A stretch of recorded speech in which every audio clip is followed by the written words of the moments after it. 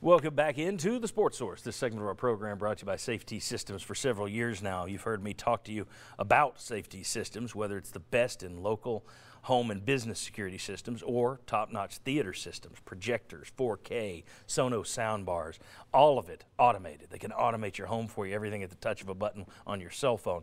This is the team I've turned to personally time and time again. Almost 20 years of serving East Tennessee for these guys. Safety Systems. Give VFL J.J. Surlis a holler and let him know you heard about him through the Sports Source.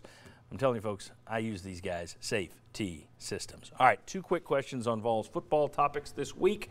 Athletic Director Philip Fulmer said he is not a fan of neutral site games. Or he might have said, I'm not a big fan of neutral site games.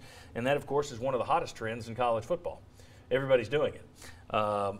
UT opens in Charlotte this year versus West Virginia. The last 3 years, they have played in Nashville, Bristol, and Atlanta. So the last 4 seasons, they've been in neutral site games.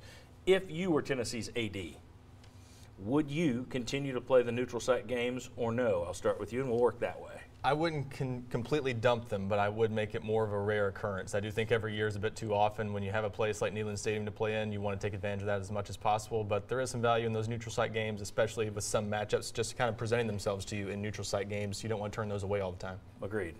Yeah, totally agree. Wouldn't completely rule it out, but Tennessee's been one of the best schools, I think, around the country at doing home-and-home series, and I would try to get back to that at Neyland Stadium. I don't know how a fan thinks, but as a sports writer, I enjoyed the fact that I got to cover a game at the Meadowlands, the Kickoff Classic. Got to go to Disney Pigskin Classic in Anaheim, and the Battle at Bristol was a great experience. So for that reason, I enjoyed them, and I don't know if fans feel that way or not, though. But if you're going to do away with them, get back to playing people like UCLA, those good home-and-home series. Well, does it take away a home game? I think that's one thing you got to look at, and look at all the merchants on Cumberland Avenue and all the businesses that depend on this, and what they've been through in the past couple of years with the the construction on the strip down there. If it doesn't take away a home game, I'm fine with it. But if you're taking away a home game, I think it's a disservice to your fans, and I think you should be loyal to them just like you asked them to be loyal to you. No, I agree with protecting the business owners down there. At the same time, I will say this: you've got Oklahoma again here shortly, but you've got 4 years coming up where your big name on your schedule, non-conference, is BYU, and the next 2 years, it's Pittsburgh. That's not UCLA.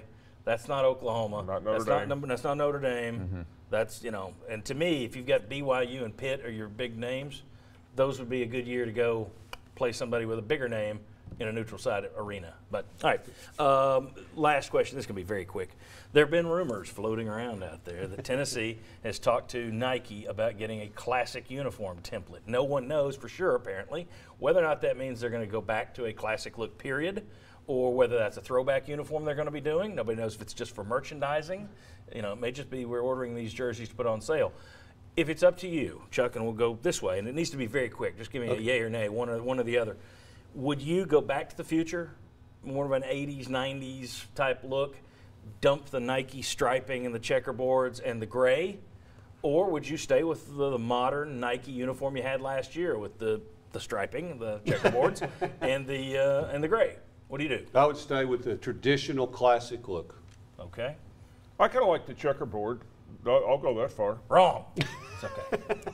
Go traditional. Yes. I think there are things you can keep, elements to keep. You don't have to keep the smoky gray. The stripes are fine. Those don't checkerboard stripes. Yeah. When asked about it, Fulmer said that he thinks, as far as the gray are concerned, he thinks that Jeremy Pruitt's a bit of a traditionalist. So take that where you will about the smoky grays. We'll see. How much of a role does it play in recruiting? I've seen polls done where kids say, yeah, it ranks number 7 on the list of why I signed with someone. But it may get somebody to initially turn their head and pay attention to you. Maybe a foot in the door kind of thing. Lots of kids on visits wear that jersey when they're in Tennessee's locker room and have a chance to try one on. Have you noticed? I noticed this. They wore it a heck of a lot more when Butch Jones was here. Yeah.